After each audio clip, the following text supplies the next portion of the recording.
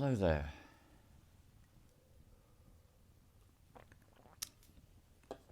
Four days ago, I was blessed with a lucid dream. And thank you very much to my friend Ant for suggesting a practice which I did the day before, which didn't have any effect, but then the following day, most certainly. So, I'm in the Isle of Man, which is a place I have visited a number of times. It's a most unusual place. It's an island off the west coast of Lancashire, and it's a completely independent country in its own right, not really part of the UK. The first country in the world to create its own parliament, called the Tynwald. So, to my dream, I find myself in a landscape close by the sea, and I'm walking along a narrow path, and there are really steep cliffs to either side of me. When I look up, I can see that the sky is one of those magical blue, crisp days that's so special.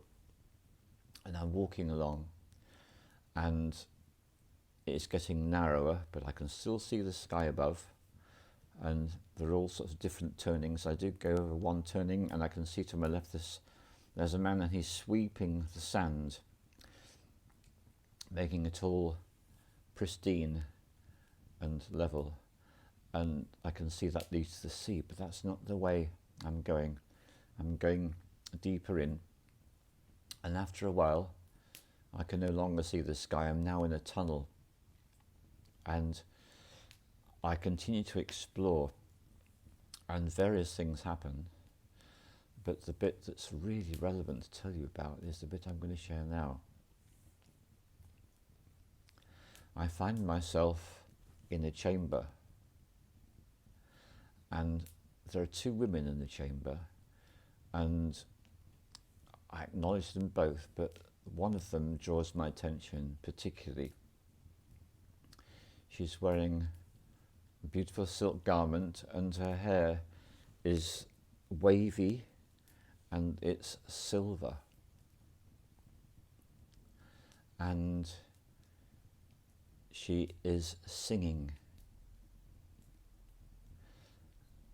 And I become completely wrapped up in watching her. She's dancing a very, very gentle dance. She's moving her head from side to side and singing.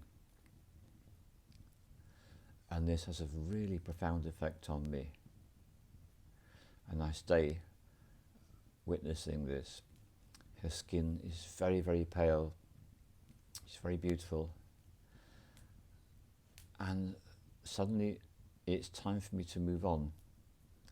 And I thank the two women in the chamber. I leave the chamber and I continue walking through the tunnels. At one particular point I come across what looks like a way in which would take me into an M&S store. And I just look at that, carry on, and I enter another chamber. In this chamber there is a giant living statue of the woman who is called Sophia. And Sophia is a deity, and I'm not going to tell you about Sophia actually. If you're really interested enough to find out about Sophia, go and do your own research. But I will give you a clue. In what was called Constantinople, which is now called Istanbul, there is a huge, huge religious building which is called the Hagia Sophia, and that must relate to the Eastern Orthodox Christian Church.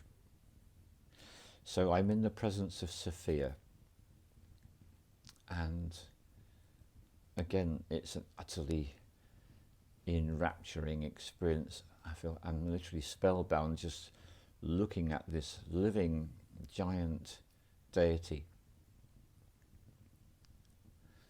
And that's all that's significant to tell you about this lucid dream. And I know it's a lucid dream because I know I'm dreaming. But also I know that the state of the dream world is just as powerful as the waking state, and actually can be much more powerful still. So I knew I'd been given a gift,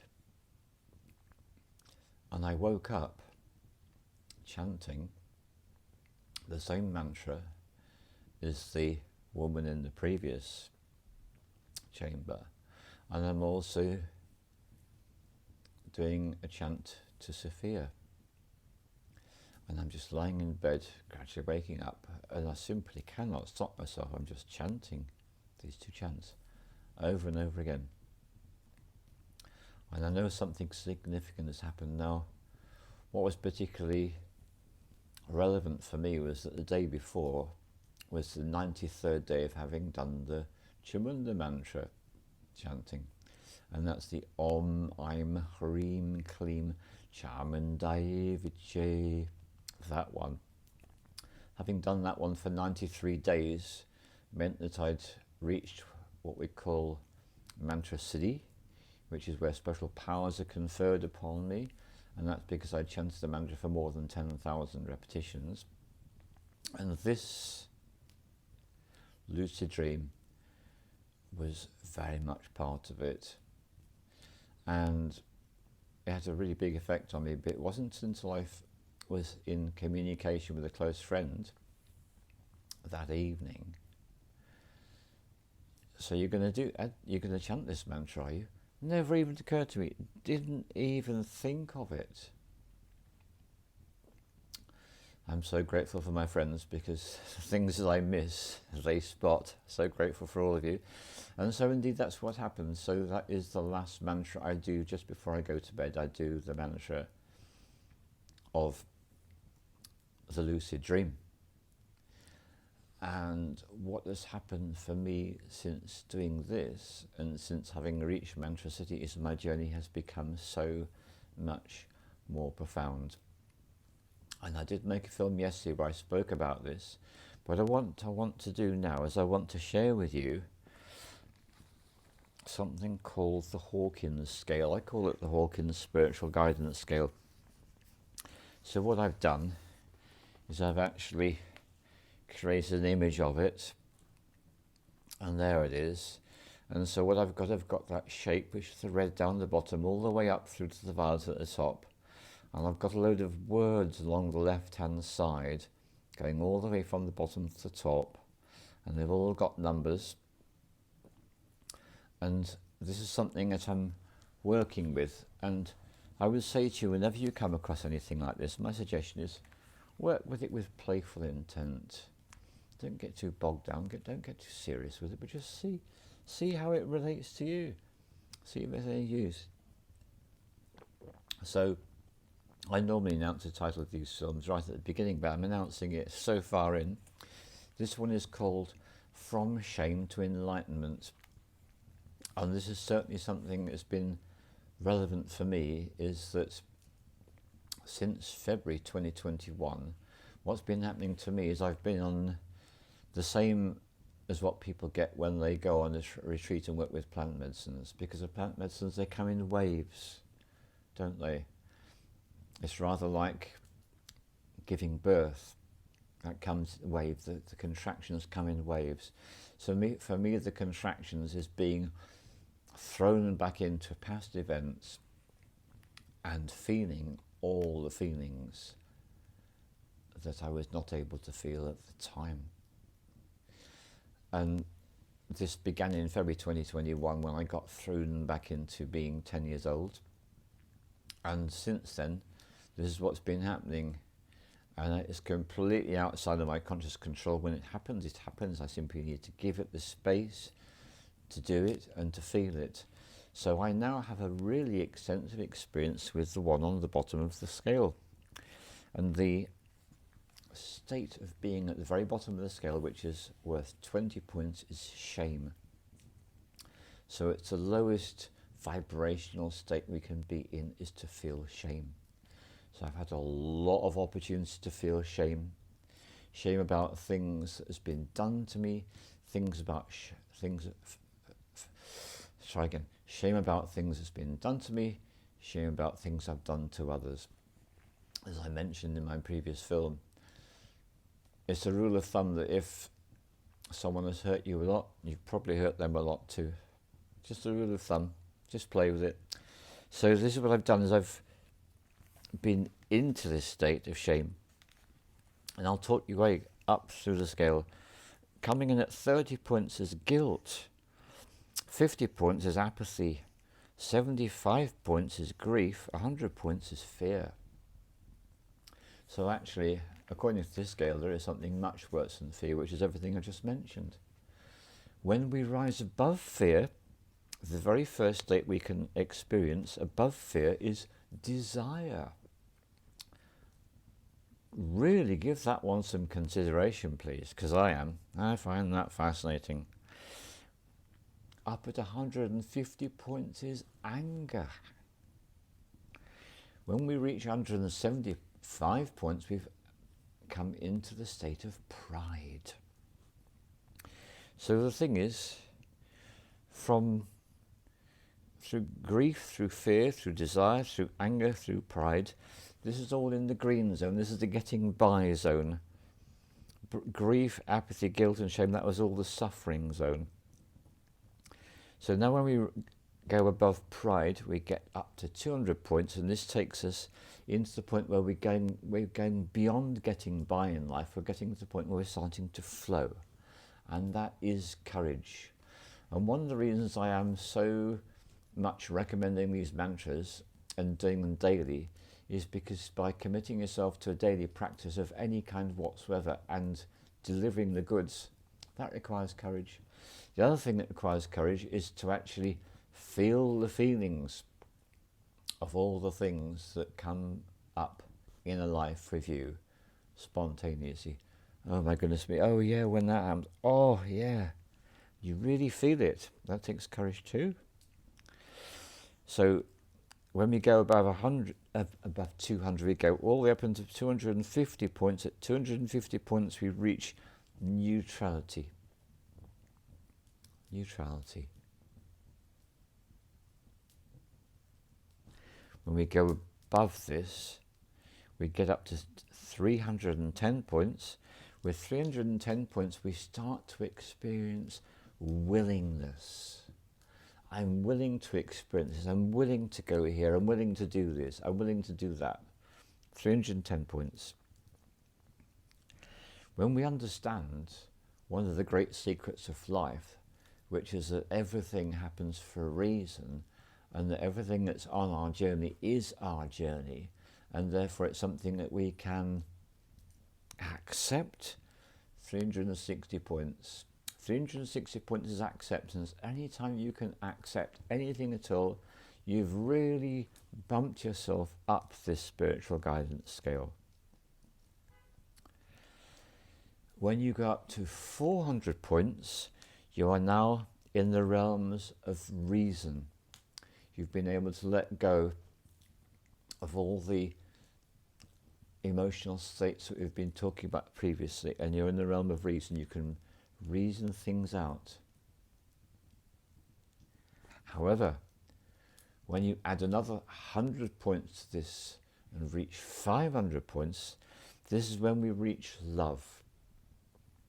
Whether it's love for our partner, whether it's love for life, whether it's love and appreciation for the beautiful blue sky, the green leaves and the trees, whatever it is that you actually connect to your heart, that is 500. Now, when you reach love, you are exiting the realm of flow and entering into what is called pure Tao, pure spiritual connection.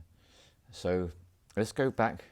Fear was 100, love is 500. So you can think about all the things we do that can connect us to the love.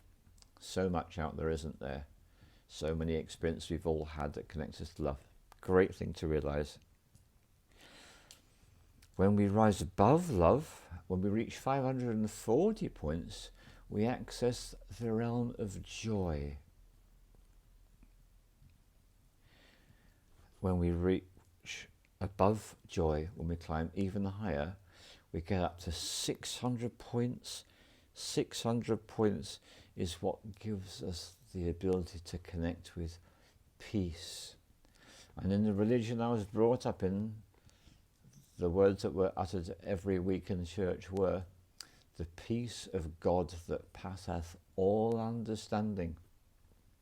So that's something that was literally indoctrinated into me as a child. The peace of God that passeth all understanding. When we reach that state of peace, the ash tree in the Celtic tree oracle is all about rebirth and peace. It's very much the journey I'm personally on. And then when we go above 600, we then reach at 700 points enlightenment. So that's the Hawkins scale, what I call the Hawkins Spiritual Guidance Scale. So I thought I'd leave that one with you to consider, see how you feel about it, play with it, so see where you're at. So what I would say for myself, and it only happened to me, today's Wednesday, Monday.